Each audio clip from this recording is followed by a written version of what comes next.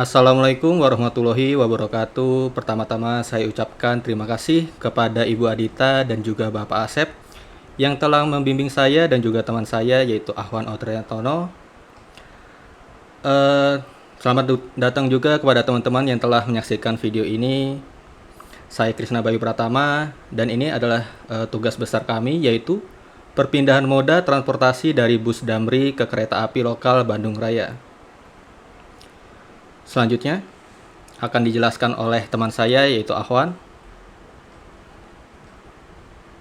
Ya, jadi di sini kita masuk ke dalam latar belakang. Di sini, pembangunan kereta cepat Jakarta-Bandung telah mencapai 80% dan rencananya akan dibuka pada tahun 2022.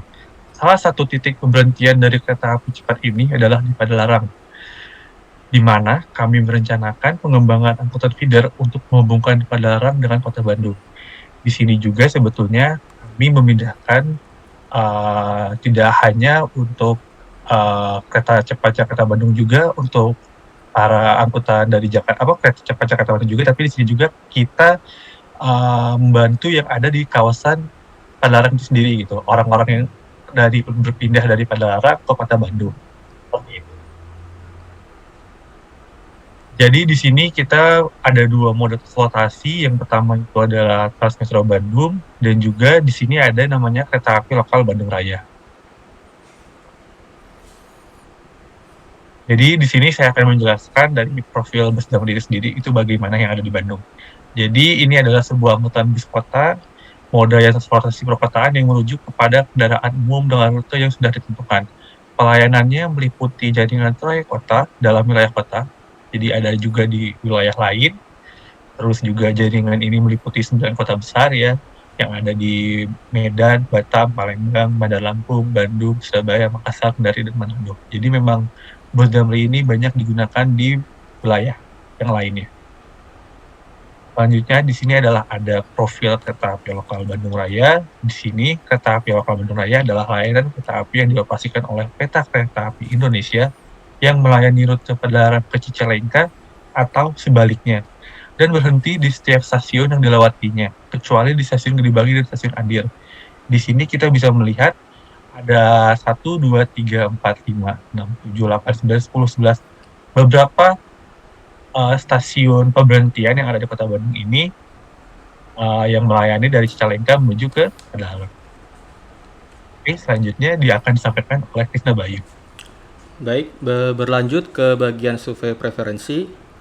Dikarenakan moda perjalanan dari bus Damri dan kereta api lokal Bandung Raya sudah tersedia, maka saya dan juga Ahwan memilih untuk menggunakan revealed preference. Selanjutnya, terdapat beberapa atribut atau variabel dalam menentukan pemilihan moda transportasi, yaitu antara lain biaya parkir, sarana prasarana, biaya perjalanan, dan waktu perjalanan. Bagi kami yang paling menentukan ialah biaya perjalanan dan juga waktu perjalanan yang akan kami cantumkan dalam survei kami. Ya, masuk ke dalam desain survei di sini. Kami di sini menggunakan Google Form dalam pembuatan desain survei kami itu sendiri. Di sini kami dalam desain survei yang pertama ditanyakan adalah mengenai tentang nama, umur. Umur ini sendiri dibagikan menjadi beberapa kali klasifikasi yang antaranya itu adalah 17 sampai 23 tahun, 24 sampai 29 tahun, 30 sampai 40 tahun dan lebih dari 40 tahun. Di sini juga kita membagi gendernya antara laki-laki dan perempuan, serta yang keempat adalah tujuan perjalanan Jakarta Bandung itu sendiri adalah untuk pekerjaan, kuliah, berlibur atau belanja, kunjungan atau yang lainnya. Di sini juga kami mengklasifikasikan tentang pendapatan setiap bulannya. Dan masuk ke dalam deskripsi moda transportasi itu sendiri, inti dari survei ini, di sini kami menampilkan sebuah pernyataan singkat tentang waktu dan juga biaya dari masing-masing moda transportasi, seperti itu. Dan di sini kita melihat bagian surveinya. Nomor 6 adalah jika perjalanan menggunakan kereta api memiliki harga dengan waktu yang sama dengan menggunakan bus. Nomor 7, jika perjalanan menggunakan kereta api dengan waktu lebih cepat 10 menit dan harga yang sama dari bus. Seperti berikut. Lanjut.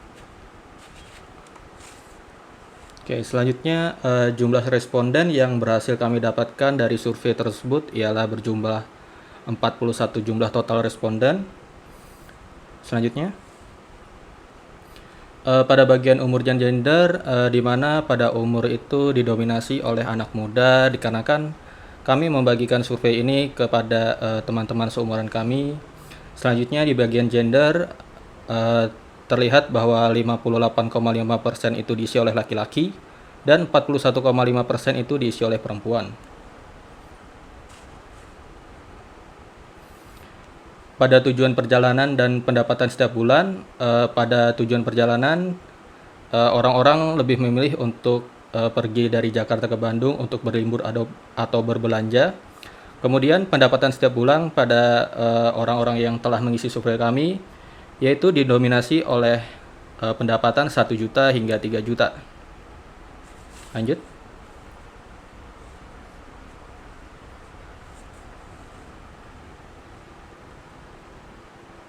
Ini kita masuk ke dalam hasil survei. Di sini saya coba untuk memaparkan kembali dari pertanyaan 1, yaitu jika perjalanan menggunakan kereta api memiliki harga dan waktu yang sama dengan menggunakan bus.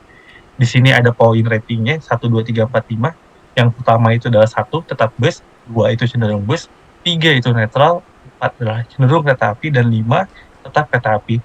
Di sini responden sebanyak menjawab di poin nomor 5, yaitu tetap kereta api dengan jumlah responden yaitu 15.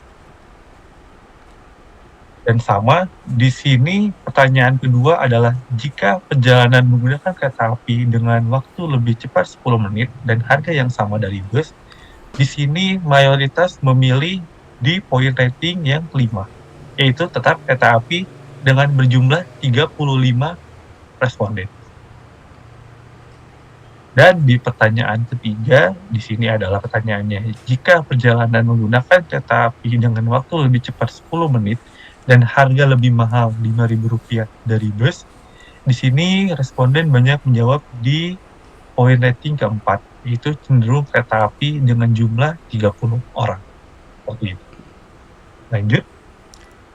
Di pertanyaan 4, jika perjalanan menggunakan kereta api dengan waktu lebih cepat 10 menit dan harga lebih mahal Rp10.000 dari bus, di sini ada 2 jawaban yang cukup seimbang, yaitu di poin nomor 3 dan 4, tapi lebih banyak di poin 3, yaitu sekitar antara di 22 orang.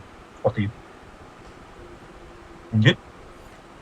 Baik, ke pertanyaan 5. Jika perjalanan menggunakan kereta api dengan waktu lebih lama 20 menit dan harga yang sama dari bus, orang-orang cenderung untuk memilih ke poin rating 1, yaitu tetap bus. Lanjut. Pada pertanyaan ke-6, jika perjalanan menggunakan kereta api dengan waktu lebih lama 20 menit dan harga lebih murah Rp5.000 dari bus, para responden cenderung untuk memilih poin rating nomor 4, yaitu kereta api. Pada pertanyaan nomor 7, jika perjalanan menggunakan kereta api dengan waktu lebih lama 20 menit dan harga lebih murah Rp10.000 dari bus, para responden lebih memilih untuk tetap kereta api. Di sini kami menggunakan analisis berupa poin rating yaitu 1 hingga 5, dan berikut ini adalah rangkuman survei yang kami lakukan di atas, yaitu yang pertama adalah dengan waktu yang sama dan harga yang sama, dan waktu lebih cepat 10 menit dengan harga yang sama, kemudian waktu lebih cepat 10 menit dengan harga lebih mahal Rp5.000, waktu lebih cepat 10 menit dengan harga lebih mahal Rp10.000, kemudian waktu lebih lambat 20 menit dengan harga yang sama, waktu lebih lambat 20 menit dengan harga lebih murah Rp5.000, waktu lebih lambat 20 menit dengan harga lebih murah Rp10.000. Selanjutnya, pada pengolahan data kami sudah mempelajari dari apa yang Bapak Asep dan Ibu Adita sampaikan, di mana dilihat pada statement nomor 1 yaitu probabilitas untuk menggunakan bus sebesar 0,25 dan probabilitas untuk menggunakan kereta api yaitu sebesar 0,74, di mana probabilitas bus itu maksudnya adalah 25% dan juga untuk perpindahan ke kereta api itu sekitar 75%. Next. Pada bagian uji kecukupan data dengan standar deviasi yang kami dapatkan yaitu 0,285 dengan jumlah galat 5%, kami mendapatkan jumlah data minimal yaitu 17,837, di mana jumlah 41 responden yang kami berhasil dapatkan cukup memenuhi dalam pengolahan data. Next.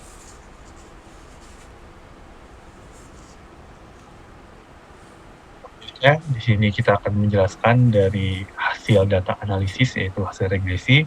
Di sini didapatkan nilai F-test-nya itu 167,686, dan juga di sini mendapatkan nilai testat, mohon maaf, itu tulisannya F-test, harusnya testat, yaitu sebesar minus 18,094 sekian. Dan di sini kita mendapatkan rumus U, yaitu sebesar minus 1,09 ditambah minus 0,11 time difference ditambah minus 0,0002 CD. Seperti itu. Lanjut. Sini adalah kami tampilkan grafik probabilitasnya. Seperti ini. Kebetulan dari kelompok kami ini digabungkan. Dan lanjut. Di sini saya akan langsung memaparkan kesimpulan. Jadi yang pertama ini, kesimpulan yang kami dapat adalah model yang terpilih mempunyai nilai koefisien determinasi R kuadrat yang terbesar yaitu 0,514, yang berarti ini mempengaruhi semua atribut terhadap perubahan utilitas model ini sebesar 54%, dan sisanya 46% dipengaruhi oleh atribut lain yang tidak diterangkan dalam model ini.